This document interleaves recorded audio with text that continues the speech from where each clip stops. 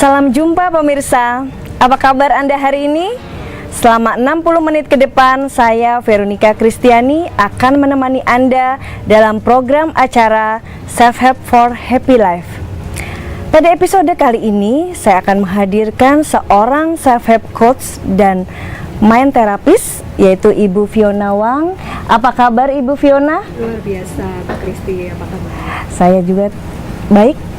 Dan juga kita akan ditemani oleh seorang peminat main teknologi, yaitu Mbak Sheila. Apa kabar Mbak Sheila? Baik Ibu.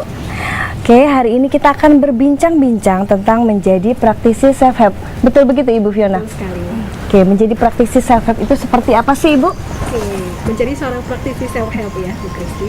Nah, seorang praktisi self help itu adalah seseorang yang berani secara aktif ya, mengambil peran untuk membantu dirinya dan orang lain. Jadi ada 3 hal di sini. Pertama, orang tersebut harus sadar bahwa menjadi praktisi self help itu adalah penting. Yang kedua adalah mau, artinya dia mau berperan aktif mengambil bagian. Dan yang terakhir adalah mampu. Jadi seseorang perlu menguasai skill atau keterampilan yang memampukan dia untuk melakukan semua itu.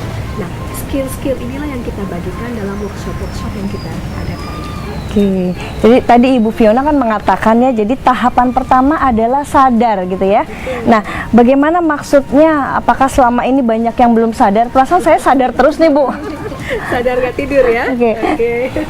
Ya, jadi yang dimaksud dengan sadar di sini adalah dia aware ya, bahwa dia membutuhkan sebuah skill yang baru untuk mengatasi masalah emosi dan pikiran.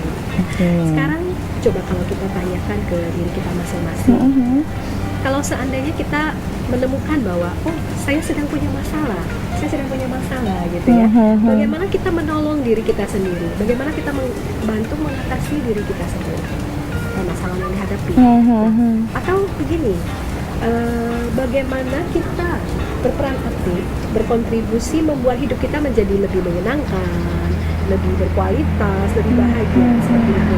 Nah, dari 2 pertanyaan ini kemudian akan muncul sebuah kesadaran bahwa apa yang sudah dimiliki mungkin belum cukup, perlu sebuah skill tambahan ya untuk bisa memungkinkan kedua hal tersebut terjadi. Sekarang bicara mengenai skill ini, saya mau tanya, Ibu Kristi di rumah punya kotak P3K nggak? Punya dong. Masalah punya? Oke, jadi boleh dibilang bahwa semua keluarga itu punya ya kotak P3K di rumah. Karena kita sadar bahwa pentingnya tubuh fisik ini. Kalau tubuh fisik kita lecet, terluka gitu ya, kita punya satu peralatan gitu ya, perlengkapan untuk mengatasinya. Kalau misalkan kita jatuh, nggak buru-buru kita ke rumah sakit kan ya? Betul. Pasti kita bersihkan dulu dengan alkohol. Diobatin dulu lah sendiri ya di rumah. Begitu juga kalau kita pilek, sakit perut, sakit kepala, nggak langsung serta-merta kita ke dokter ya. Betul. Jadi kita pasti ada persediaan obat-obatan seperti itu. Nah, sekarang bagaimana kalau emosi kita yang terluka, hatinya yang lecet? Nah, dengan apa kita akan mengatasinya? Jadi di sini ada satu awareness muncul. Jadi menjadi seorang praktisi self help adalah sama saja kita melengkapi kotak P3K kita dengan sebuah tools yang bisa membantu kita mengatasi masalah emosi dan juga pikiran. Jadi ada obatnya ya. Tapi masalah emosi dan pikiran ya. Betul. Kalau selama ini kita mungkin lebih ke masalah fisik gitu ya. Oke. Nah tadi kalau tahapan berikutnya tadi kan adalah mau ya. Kalau yang saya tangkap tadi ya, maksudnya bagaimana? Apakah ada yang belum mau mengatasi masalah diri, hidup lebih bahagia dan sebagainya? Masa semua orang sebenarnya kan mau kan hidup bahagia. Nah maksud Ibu seperti apa tuh? Mau untuk melakukan untuk menjadi hidup bahagia, dan dari pengalaman Ibu Fiona sebagai terapis seperti apa biasanya? Setiap orang pasti mau hidup lebih bahagia. Iya. Mau ini dengan mau yang kita maksud di sini, perbedaannya adalah di keberanian untuk berperan aktif. Jadi mau bukan hanya sekedar di mulut aja ya, saya mau lebih gitu ya. bahagia, saya mau lebih sehat gitu. Nah, mau di sini adalah bagaimana seseorang menjadikan dirinya adalah subjek, menjadikan dirinya adalah pelaku utama dari kebahagiaan dia. Jadi dia sadar bahwa oh, sayalah tokoh yang sesungguhnya dalam hidup saya untuk menentukan kemana bahagianya saya, arah hidup saya pelaku utamanya. Jadi dia bertanggung jawab terhadap dirinya sendiri Dia gitu ya. bertanggung jawab terhadap kebahagiaannya dia. Iya. Memperlakukan dirinya adalah sebagai subjek, bukan sebagai objek, apalagi pelengkap penderita ya. Oke, seperti itu. Oke. Jadi kalau yang saya tangkap adalah ya memang harus bertanggung jawab. Artinya remote-nya kita yang pegang gitu ya, bukan orang lain gitu kan ya. Ya, jadi remote emosi dan perasaannya itu di tangan dia. Tidak menitipkan remote hidupnya ke tangan orang lain. Ini Mbak Sela pegang deh. Jadi kebahagiaan saya tergantung Mbak Sela.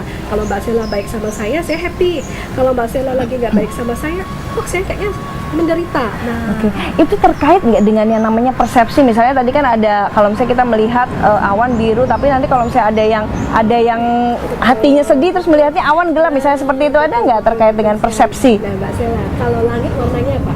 Biru dong, Bu. Biru. Iya. Oke. Kalau pada saat mendung, Gelap ya. gelap.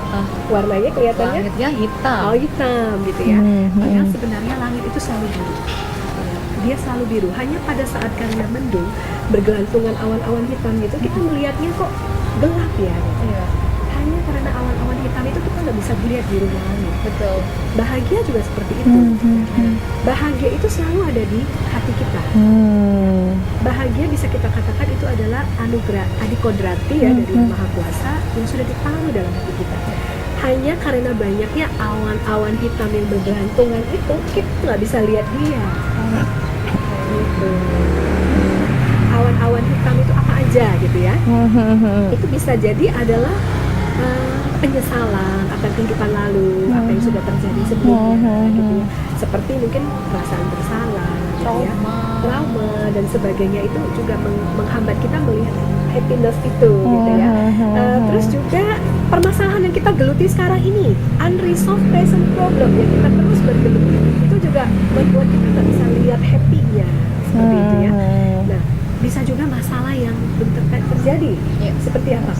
Kekhawatiran, iya. depan. Oh, ketakutan nanti seperti apa gitu ya besok ke depannya. Kecemasan kita, kekhawatiran kita terhadap apa yang akan terjadi itu juga pencuri pendamaian kita hari ini, seperti itu.